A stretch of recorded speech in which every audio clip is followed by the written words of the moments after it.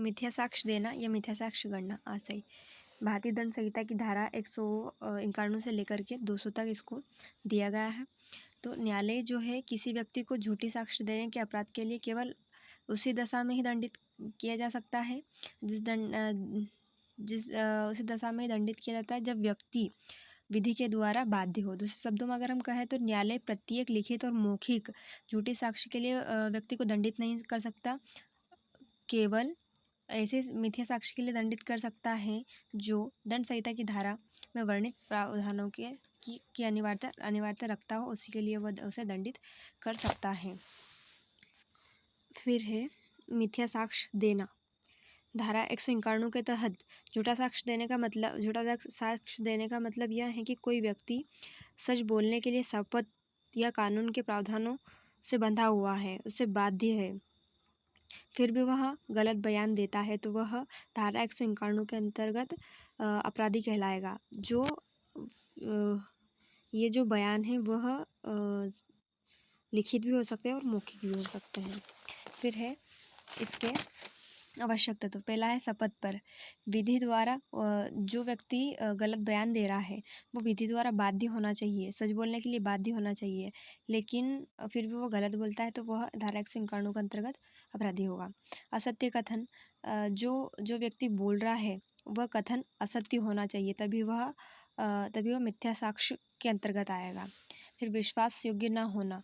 व्यक्ति जो साक्ष्य दे रहा है उसे यह जानकारी होना आवश्यक है कि जो कथन वह कह रहा है यह जानता है या उसके सत्य होने का उसको विश्वास नहीं है, यह कथन विश्वास योग्य नहीं है। फिर है न्यायिक कार्यवाही। जो न्यायालय की जो कार्यवाही है उसमें बाधा उत्पन्न होनी चाहिए और उससे किसी निर्दोष को सजा मिलनी चाहिए, तभी वह असत्य कथन कहलाएगा। अब है धारा 152 मिथ्या साक्ष्य गणना। ये 152 में परिभाषित किया गया है। जैसे कि अगर कोई व्यक्ति किसी निर्दोष को सजा दिलाने के लिए उसके लिए जो है असत्य मतलब ऐसी परिस्थिति क्रिएट करता है जिससे कि उसको निर्दोष को सजा मिल जाए, जो उसने कार्य नहीं किया है, जो उसने अपराध किया ही नहीं है उसको सजा मिल जाए, ये होता है मिथ्या साक्ष्य गणना। अब है मिथ्या साक्ष्य गणना या मिथ्या साक्ष्य देने के लिए सजा। तो न्यायालय में अगर झूठा साक्ष्य कोई व्यक्ति देता है तो उसको 7 साल की सजा तथा जुर्माने से दंड दिया जाएगा।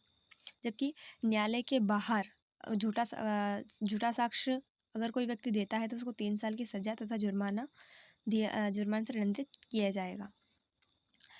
जो व्यक्ति झूठा साक्ष्य देते हैं उनको बिना गिरफ्तारी वारंट के पुलिस गिरफ्तार नहीं कर सकती है। जब तक उनके पास गिरफ्तारी वारंट नहीं है तब तक पुलिस उनको हाथ भी नहीं लगा सकती। यह एक प्रकार का जमानती अपराध है, इसमें जमानत मिल सकती है। फिर है मिथ्या साक्ष्य देने या गढ़ने के समान ही दंडनीय अपराध, मतलब कि इसके समान ही कौन कौन से दंडनीय अपराध है ये देखते हैं। पहला है धारा 194। भारतीय दंड संहिता की धारा 194 में दिया गया है कि अगर कोई व्यक्ति मृत्युदंड के लिए, मतलब किसी ने मृत्यु करी ही नहीं है फिर भी उसको मृत्युदंड दिलाने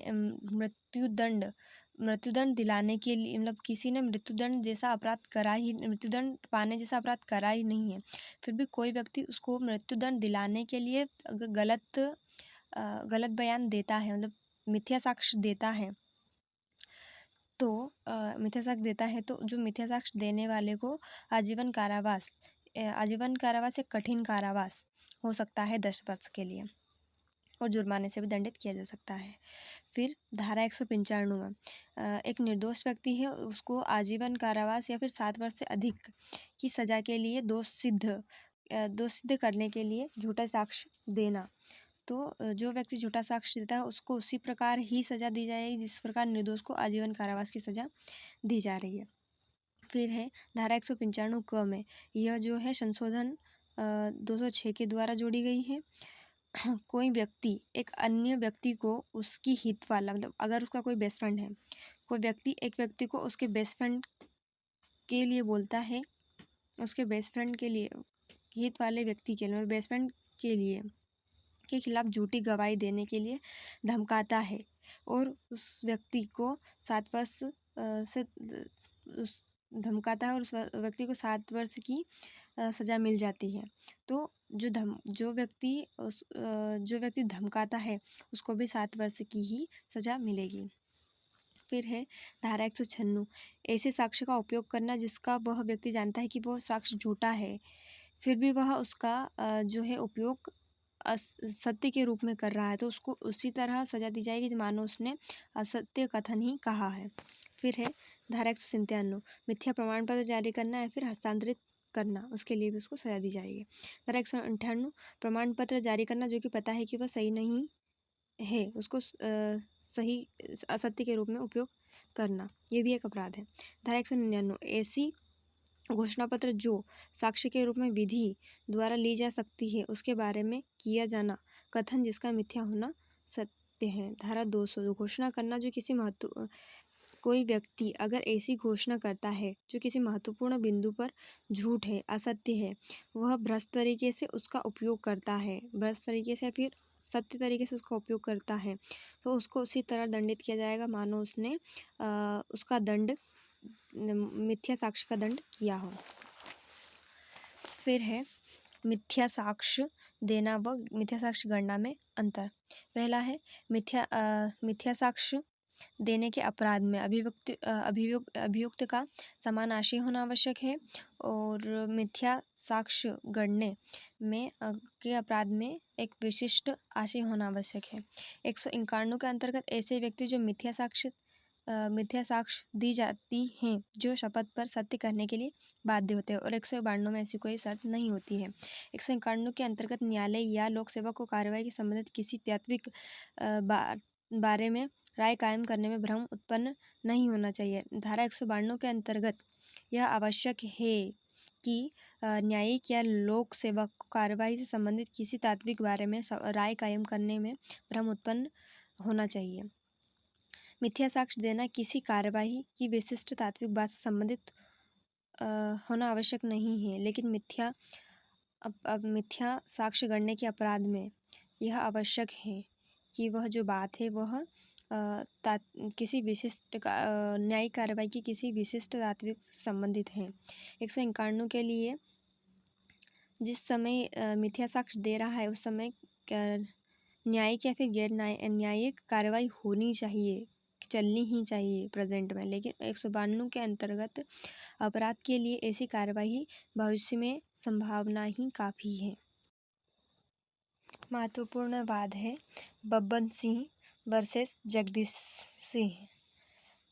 ये जो केस है वो 1996 का है। इस केस में जो है उच्चतम न्यायालय ने अभी निर्धारित किया था कि माना था कि यदि कोई गवाही अदालत प्रक्रिया के दौरान झूठा हलफनामा देता है, यदि कोई व्यक्ति अदालती प्रक्रिया के दौरान झूठा हलफनामा देता है तो अपराध की धारा भारतीय दंड संहिता की धारा 151 और 192 के तहत आएगा। झूठी गवाही देना या कानूनी कार्रवाई में उपयोग करने के इरादे से नकली सबूत बनाना कानून के खिलाफ